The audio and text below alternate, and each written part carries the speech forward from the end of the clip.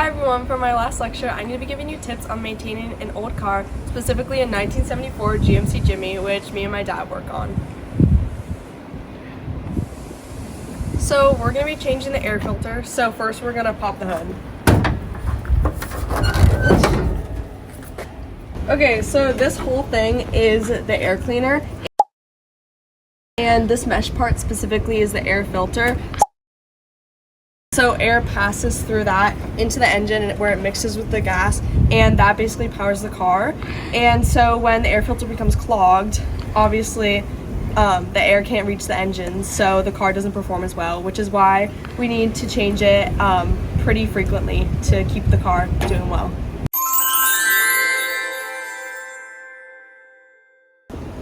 Okay, so first we're gonna take off the butterfly nut at the top by turning it counterclockwise.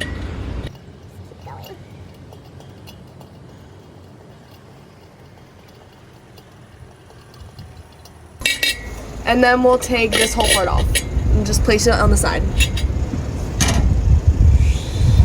So this is the air filter, which you can get at pretty much any automobile shop. So let's put her in. Okay, so right here we have the old air filter, which is clearly a little bit dirty. And then right here in the middle we have the carburetor, which mixes the gas with the air.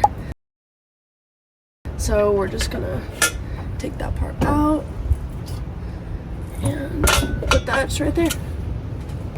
Okay, now we're just gonna screw it back on. So just get it right there and then turn this clockwise. If I can get it, there we go. Get it nice and tight.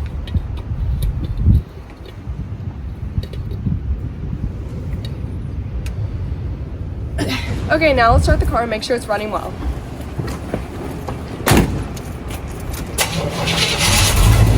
Okay, looks like it's good.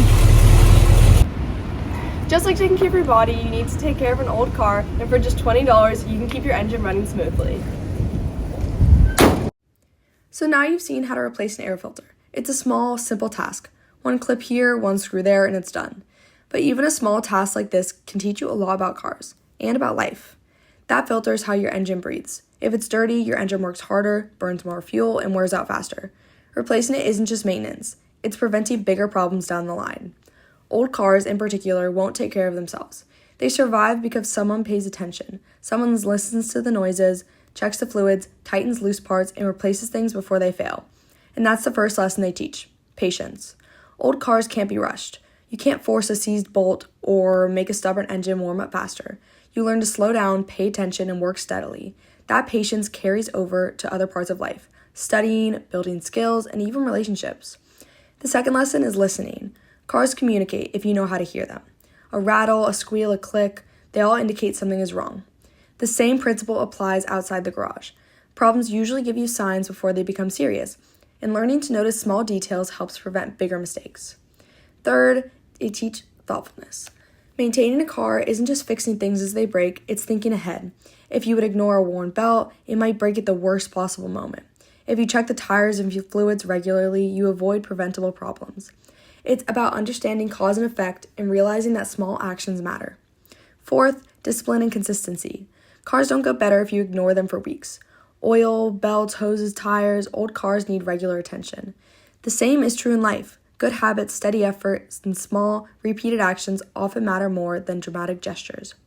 Fifth, humility. Cars will humble you. You'll misdiagnose a problem. You'll drop a bolt for the third time. You'll realize you don't know everything, and that's okay. Humility keeps you open to learning, asking for help, and improving.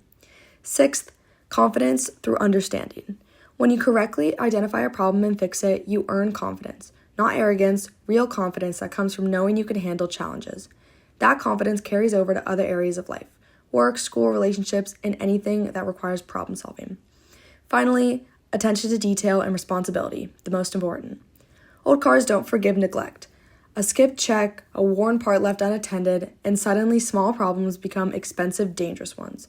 Paying attention builds responsibility, not just for a machine, but for your life, your goals, and the people who depend on you.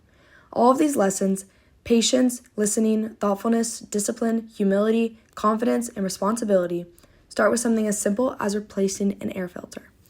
Cars, especially old cars, teach us more than just mechanics. They teach practical skills, problem solving, and ways of thinking that carry over into life. And really, that's what makes learning to maintain them worthwhile. Thank you.